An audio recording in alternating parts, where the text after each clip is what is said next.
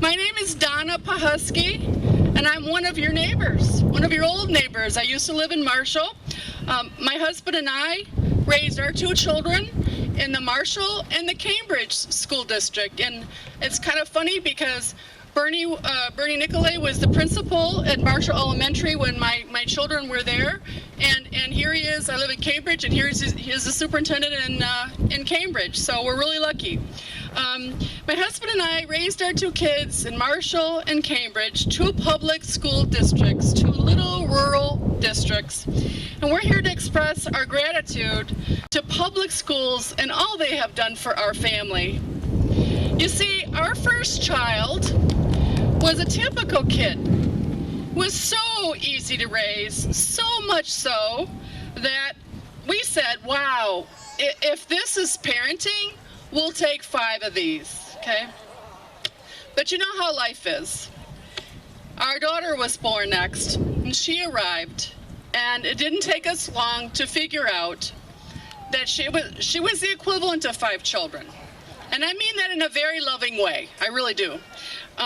So we figured out as her parents that we were going to have to step up our game for her a lot to get her what she would need to be successful not only in school but in life. And this was because she had a diagnosis of autism. But this is not a sad story. It's a happy story. And here's why. When our daughter Mary was 3.5 years old, she was enrolled in the Marshall School District Early Childhood Program. Now, I think there's quite a lot of people that don't really know what early childhood programs are about. Well, I will tell you. Early childhood programming is what every single public school district is required to do under state and federal law.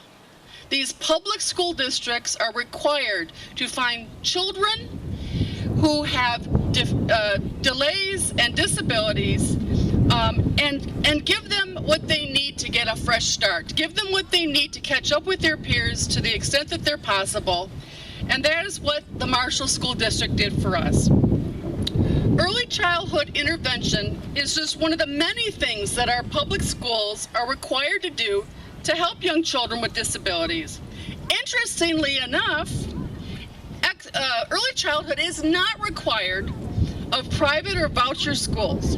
It is one of the many things that is not required of private or voucher schools. And I say this as a person who attended private school for 8 years. And I'm married to a man who went to a private school for 12 years. Not one of those schools would have kept our child for a week, I guarantee you, because at 25 pounds, she could bring adults to their knees. She could. And so Mary's recovery started the day this 25-pound child climbed the stairs of the big school bus that went off to her community school. How we hoped and prayed that she would get what she needed to catch up with her peers. How we hoped and prayed that she would soon learn to use her words, hug instead of hit, tolerate loud noises, and handle changes in routine like other typical children. 20-some years ago, it was our greatest hope that she would graduate high school and move on to some kind of meaningful work. 20 years ago, we never dreamed that our daughter would be able to live in the next town away from us, much less half across the country.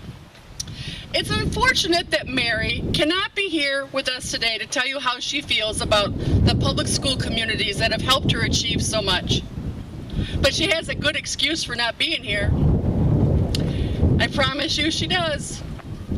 She can't be here today because she's enrolled in East Coast Medical School, getting her master's degree in biotechnology.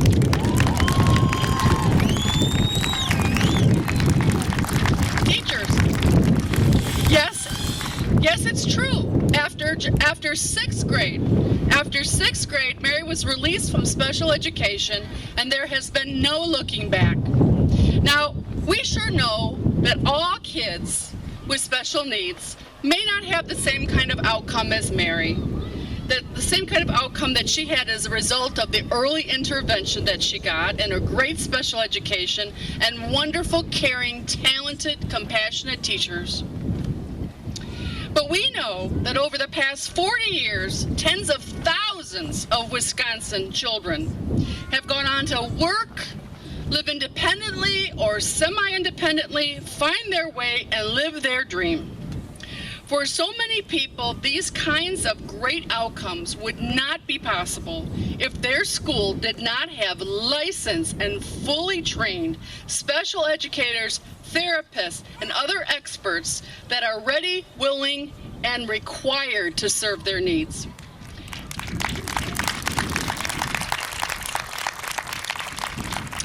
Many of you may be aware that the budget that is soon to be voted on in our legislature contains something called special needs vouchers. This proposed legislation would allow students with special needs to transfer to private schools and take $12,000 with them from their public school. Now, the problem with that is that private schools will essentially be able to accept these funds, but they are not required to hire special services staff to serve these vulnerable children. I can assure you that if my daughter went to a school without the specialized help, there is no way possible that she would be where she is today. Let's see, vulnerable students with special needs leaving schools that provide special education services and support, going off to unaccountable schools where they're not required to provide any special education and just accept the money. Does anybody have a problem with that? Thank you. Thank you. If you feel as I do, that special needs vouchers are a gamble, it's a roll of the dice. It's a gamble for the future of our vulnerable children. Please let your state leaders know. Tell them, say no to special needs vouchers.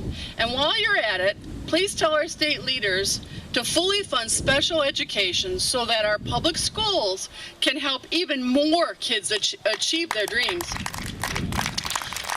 Thanks. I'm going to close now with Mary's own words from a speech that she gave to a room full of lawmakers at our state capitol when she was just 9 years old. Of course, she had to do bunny ears on the wall with the projection equipment with some of the people, but she gave a very nice speech, and here it is. Oh, see if I can get through this. My name is Mary Pahuski, and I'm 9 years old. I go to school in Marshall, Wisconsin. Some people say that my special education has cost too much. But I know that my teachers and my parents don't think that. They say they are better teachers and parents because they help kids like me. I know they are right. Some experts think that my autism has given me hyperfocus. Perhaps someday you will have someone with hyperfocus painting your portrait, tuning your piano, performing your heart surgery, or even flying your plane.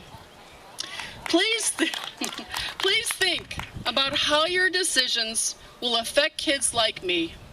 Kids like me can do so much. We just need someone who believes in us and who knows how to get us unstuck sometimes. Thank you. Quadruple infinity to the power. Thank you. Thank you.